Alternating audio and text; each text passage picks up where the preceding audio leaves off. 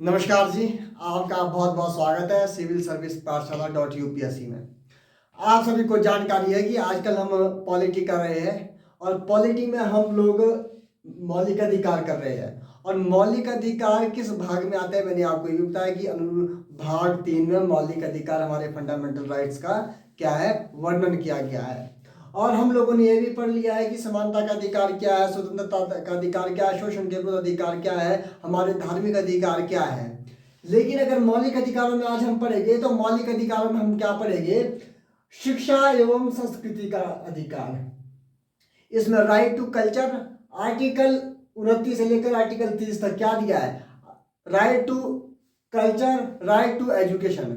हमारे शिक्षा एवं संस्कृति के अधिकार के बारे में भी मौलिक अधिकारों में हमारे फंडामेंटल राइट्स में दिया है कि हमारे culture, right to culture, right to education, उसका क्या हमारे राइट्स है एजुकेशन को लेकर, क्या हमारे राइट्स है कल्चर को लेकर, ये भी हमारे मौलिक अधिकारों में वर्णन किया गया है। और मौलिक अधिकारों में यह वर्णन अनुच्छेद 29 से लेकर अनुच्छेद 30 तक किया गया है। जैसे शोषण के विरुद्ध अधिकार था ना 23 और 24 में, वैसे ये भी छोटा सा है हमारा संस्कृति एवं शिक्षा का अधिकार। इसमें भी अनुच्छेद 29 और 30 ये भी एक हमारा छोटा सा आज का टॉपिक है। अगर हम शुरू करेंगे तो हम शुरू करते हैं अनुच्छेद 29 से।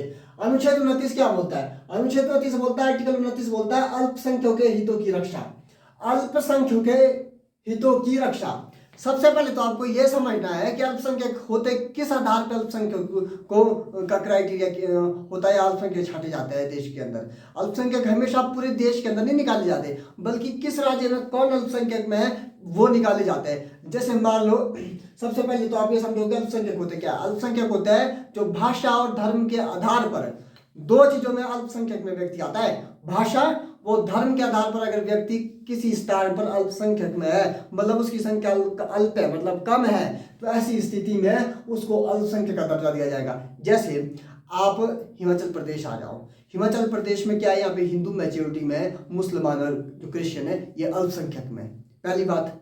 अगर आप वहीं नागालैंड चले जाओ, अगर आप नागालैंड चले जाओ तो नागालैंड में आपको 93% लोग क्रिश्चियन मिलेंगे। मुसलमान तो वहाँ पे है ही माइनॉरिटी में, लेकिन हिंदू भी वहाँ पे माइनॉरिटी में है। आप मिजोरम चले जाओ, वहाँ पे भी जो क्रिश्चियंस है, जो ईसाई है, वो क्या है मेजोरिटी में, और जो हिंदू और मुस्लिम है वहाँ पे वो कैसे अल्पसंख्यक में। तो आर्टिकल 29 क्या बोलता है कि अल्पसंख्यक के हितों की रक्षा। जहां जिस जिस स्थान पर अल्पसंख्यक में है, वो चाहे जाति के आधार पे है, सॉरी वो भाषा के आधार पे है, चाहे वो धर्म के आधार पे। देखो अल्पसंख्यक हमेशा दो ही आधार पे हो गए, एक तो धर्म के आधार पे और भाषा के आधार पे।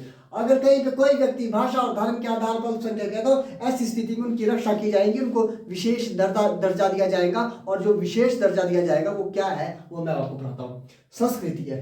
अब संस्कृति आपने देखा होगा, जैसे मैंने हिमाचल प्रदेश का उदाहरण दिया आपको। हिमाचल प्रदेश में हिंदू ज्यादा संख्या में और मुस्लिम कम संख्या में। तो हिंदुओं के हिंदू क्या करते, किसी से मिलेंगे तो नमस्ते करेंगे, और कोई बड़ा बुजुर्ग है उसके पैर छू लेंगे। मुस्लिम क्या करते हैं, वो करते हैं आदाब या और सारी चीजें जो मुस्लिम है उस मुसलमान करते हैं।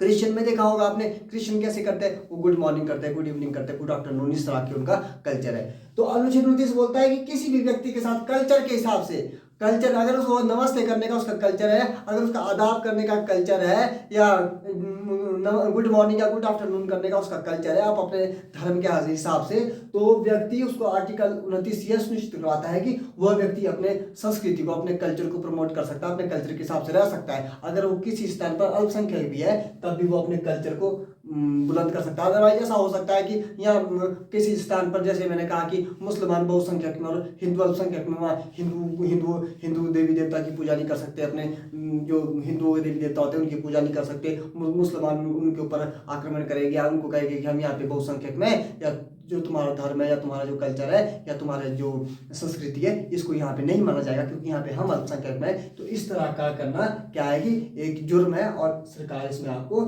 मौलिक अधिकारों के तहत, किसी के मौलिक अधिकारों का उल्लंघन करना, उसके तहत आपको सजा भी हो सकती है। तो संस्कृति से तो आप ये समझे।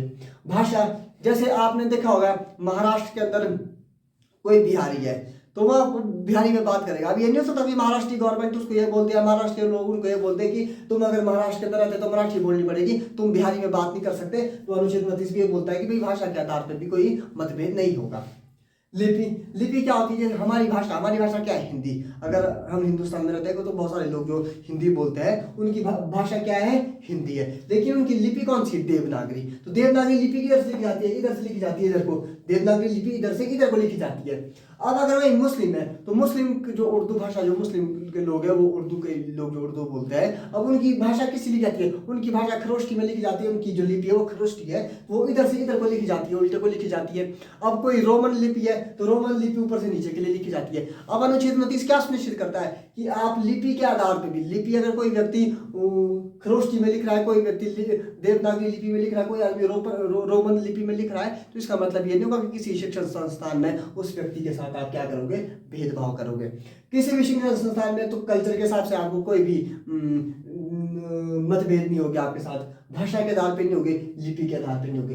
धर्म, मैंने आपको धर्म का तो बताइए। अब जहाँ पे ऐसा नहीं होगा कि अगर मुसलमान बहुसंख्यक में, तो जहाँ हिंदू माइनॉरिटी में, तो हिंदुओं के साथ मतभेद करने लगेंगे या हिंदुओं के साथ मनमाने तरीके से उनका शोषण करने लगेंगे कि तुम हमारा मानो, या ईसाई हिंदुओं के साथ मनमाने तरीके से करने लगेंगे कि भाई जो हिंदू है उनका हम शोषण करेंगे या उनको भाषा के आधार पर या धर्म के आधार पर प्रताड़ित करेंगे। तो अनुच्छेद 29 ये सुनिश्चित करता है कि किसी भी शिक्षण संस्थान में, मैंने बोला ना, right to culture, right to education के बारे में कहा गया है, तो किसी भी शिक्षण संस्थान में उस व्यक्ति के साथ धर्म के आधार पर भी कोई मतभेद नहीं होगा, जाति के आधार पर भी कोई मतभेद नहीं होगा। अब मान लो किसी स्कूल में ठाकुर ज़्यादा है या यादव ज़्यादा है, ऐसा नहीं कि दलितों के साथ कोई शोषण होगा किसी शिक्षण संस्थान में। जब हम शिक्षण संस्थान में पढ़ते हैं, किसी विद्यालय, महाविद्यालय, विश्वविद्यालय या किसी यूनिवर्सिटी के अंदर हम जब पढ़ाई करते हैं, तो वहाँ सारे विद्यार्थी एक जैसे होते हैं, वहाँ जाति नहीं देखी जाती, वहाँ हर एक विद्यार्थी एक जैसा होता है। तो अनुच्छेद 29 ये कहने की कोशिश करता है कि जाति के आधार पर भी शिक्षण संस्थान में कोई भी मतभेद, कोई भी भेदभाव किसी व्यक्ति के साथ या किसी विद्यार्थी के साथ नहीं होगा।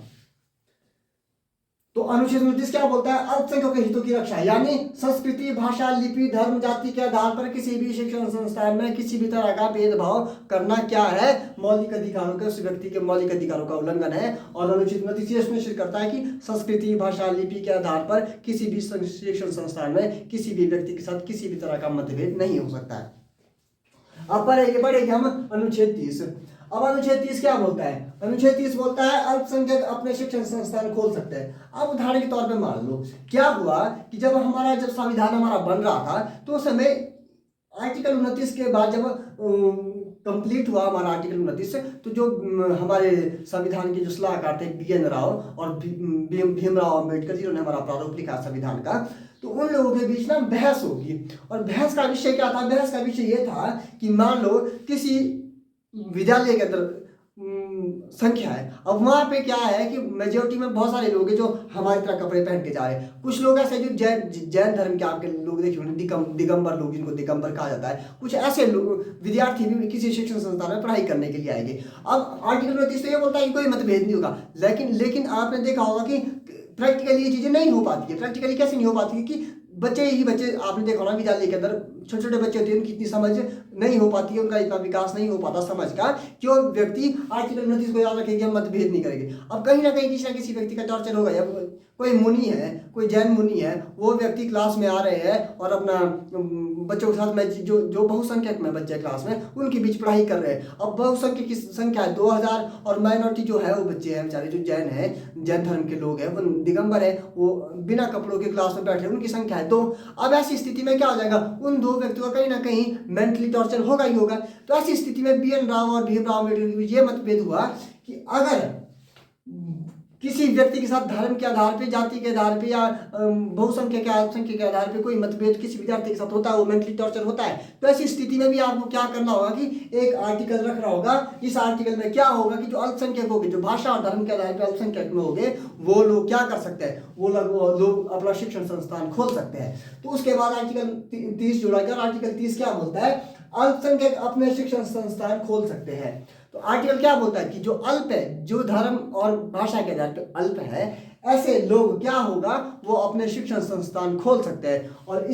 और उन शिक्षण संस्थान में जब टीचर भी रखने पड़ेंगे, जब शिक्षण संस्थान खोला जाता है तो वहाँ पे सबसे मेन बात है कि वहाँ पे फैकल्टीज होती है। तो जब फैकल्टीज रखनी पड़ेगी तो उनके लिए क्या है कि उनके लिए पैसों का प्रबंध भी करना पड़ेगा। तो उन पैसों का प्रबंध कौन करेगा? तो आर्टिकल 30 बोलता है कि जब अल्पसंख्यक अपने लिए शिक्षण संस्थान खोलेंगे तो उसमें क्या करेंगे कि सरकार उनका खर्च उठाएगी, उस शिक्षण संस्थान का खर्च उठाएगी। इसलिए जो मदरसे हैं, आपने देखा होगा जो मुस्लिम धर्म के लोग हैं वो मदरसे में कई विद्यार्थी पढ़ते हैं तो मदरसों का जो खर्चा है वो सरकार उठाती है, क्योंकि वो लोग धर्म के आधार पर अल्पसंख्यक में है तो ऐसी स्थिति में मदरसे खोल सकते हैं। अब आपने कई जगह संस्कृत विद्यालय महाविद्यालय देखे होंगे, आपने एक नाम सुना होगा संपूर्णानंद संस्कृत विश्वविद्यालय। तो जो संपूर्णानंद संस्कृत विश्वविद्यालय है वो भी आर्टिकल 30 के तहत बोला गया है कि जो व्यक्ति जिस स्थान पर अल्पसंख्यक में है वहाँ पर वो अपने शिक्षण संस्थान खोल सकते हैं और उन शिक्षण संस्थान को अथॉरिटी भी गवर्नमेंट देगी, भारत सरकार देगी, और जो पैसों का प्रावधान है उस वहाँ के शिक्षण संस्थान में जो फैकल्टीज होगी उनके लिए जो पैसों का इंतजाम है वो भी कौन करेगा, भारत सरकार करेगी। ये कौन कौन बोलता है, आर्टिकल 30 बोलता है।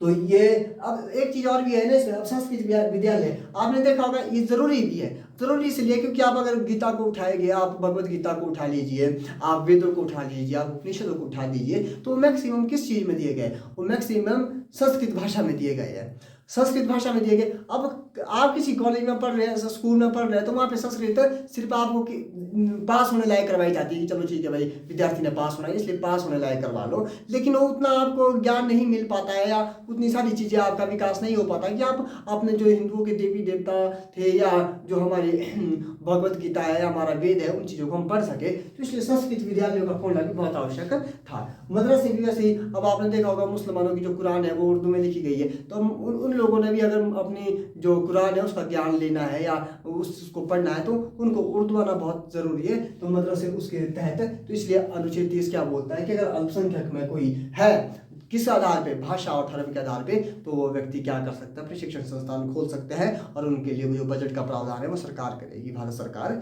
करेगी।